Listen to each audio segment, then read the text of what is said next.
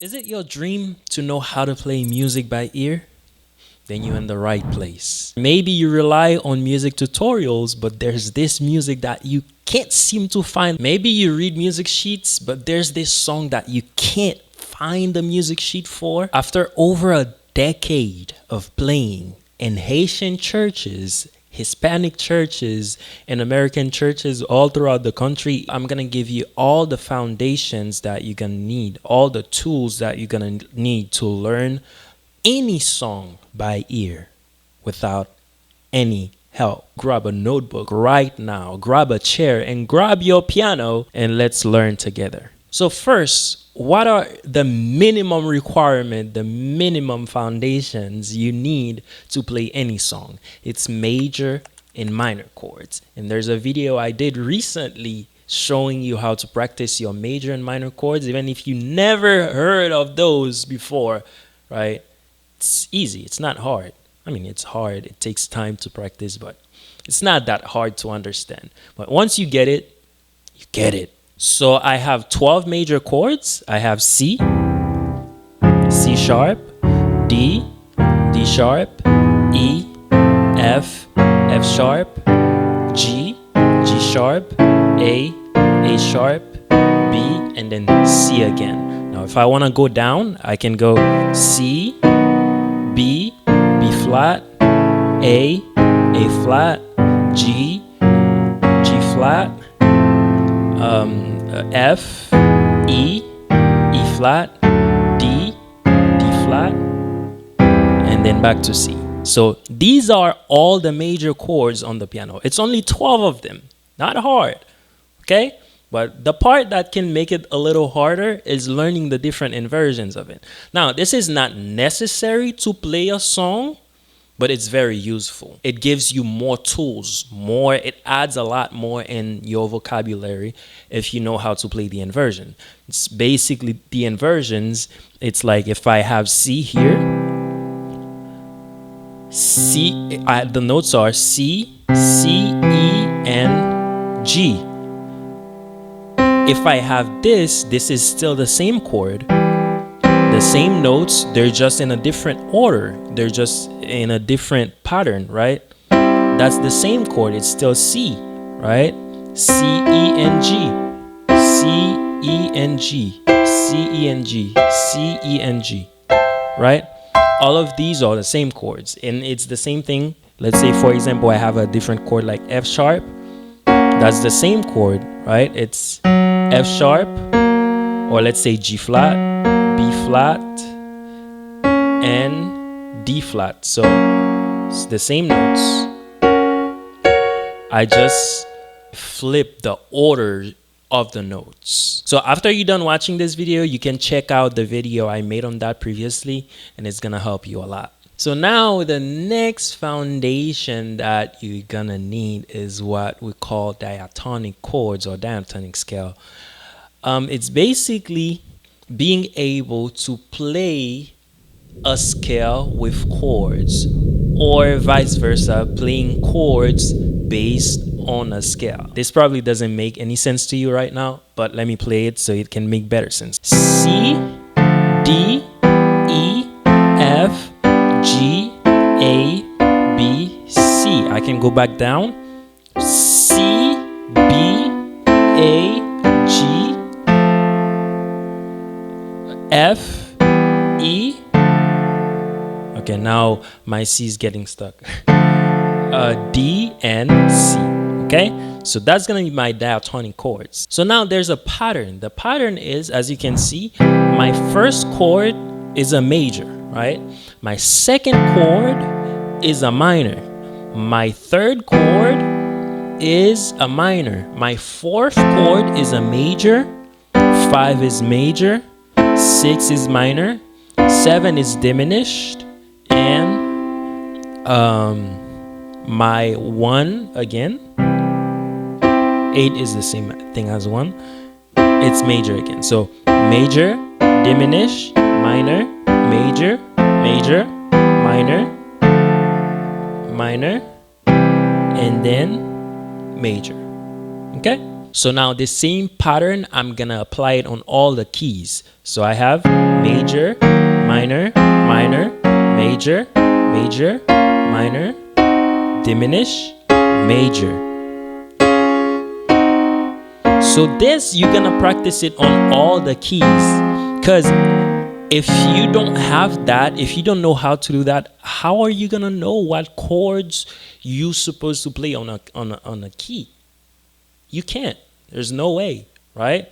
That's what you need to practice. So D, major, minor, minor, major, major, minor, diminish, and then major. Major, diminish, minor, major, major, minor, minor, and major. Okay, so that you're gonna practice it on all the keys. And this is gonna be your framework. This is what's gonna tell you, hey, if I'm playing a 2, here's what I'm gonna play. I know my 2 is minor, but where's my 2? I don't know. I know a lot of you beginners who think that the numbers are only on the key of C major. No.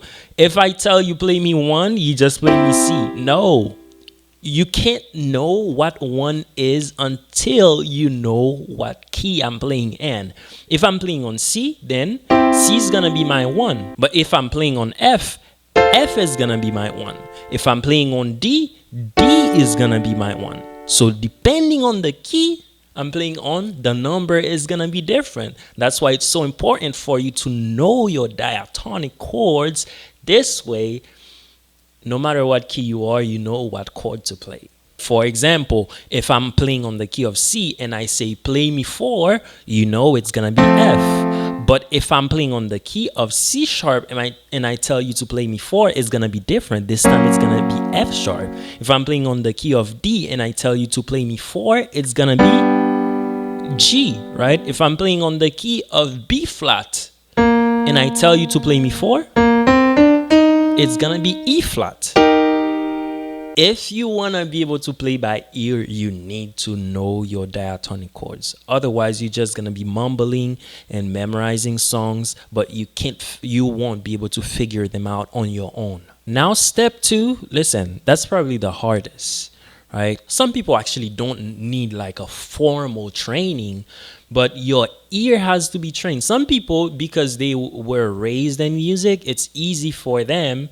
But some others who were not, or who are probably tone deaf, it can be a lot harder. So the way I see it, the longer you've been playing, the more you've been working on it, the easier it gets. But hey, what am I talking about? Let me give you a few examples. Actually, you don't even need a piano to work on your pitch, because it's the same for any instrument, and you can even do it with your voice, right? So let's say, for example, I'm going to make a song on the spot.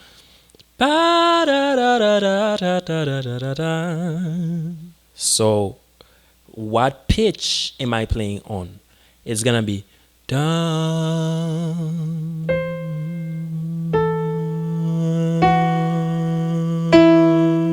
See, it took me a couple tries because I don't have perfect pitch. Some people were born with perfect pitch, but I have good news for you. It's not necessary for you if you want to play music. See how many tries I did before I could find the E? Right? It's all right. It's all right. So that means if you don't have perfect pitch, hey, I don't care how many tries it takes. Do what you got to do to be professional.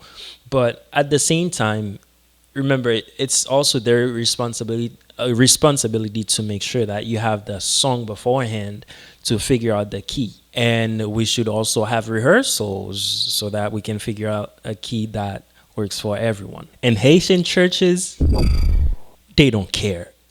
They're just going to put you on the spot. You don't know what song they're going to call out. You don't know what you're going to play. Just they call out a number and then you better know it. But hey, back to the subject. Let's make one more song on the spot.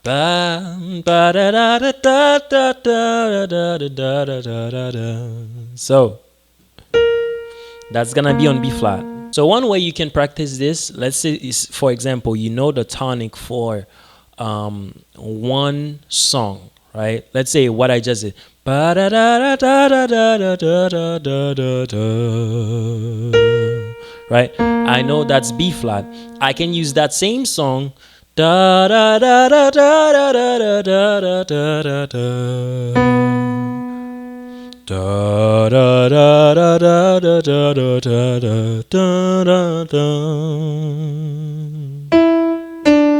Right, that's D. Da da da da da da da da da da da. Right, so you can keep working with that so that your ear can start having a better idea of what a tonic sound like, right? And then you can do that with different songs, and then you can do it like I do now. You can do random songs. Da da da da da da da da da da da. Da da da da da da da da da da da. Da da da da. Da da da da da da da da da da da. Do do do do do do do. Right. So the note you heard me play on the piano, that's what we call the tonic. So I want you to experiment with that and hear the note, hear the tonic. And like I said, the more you do it, the longer you've been playing, the longer you've been singing or whatever instrument you play, the easier it gets over time. But it does take time for a lot of people. Some people are born with it. They don't even need to practice to work on that. These are blessed people. I'm blessed too. Right? We are all blessed. But that's a special blessing, right?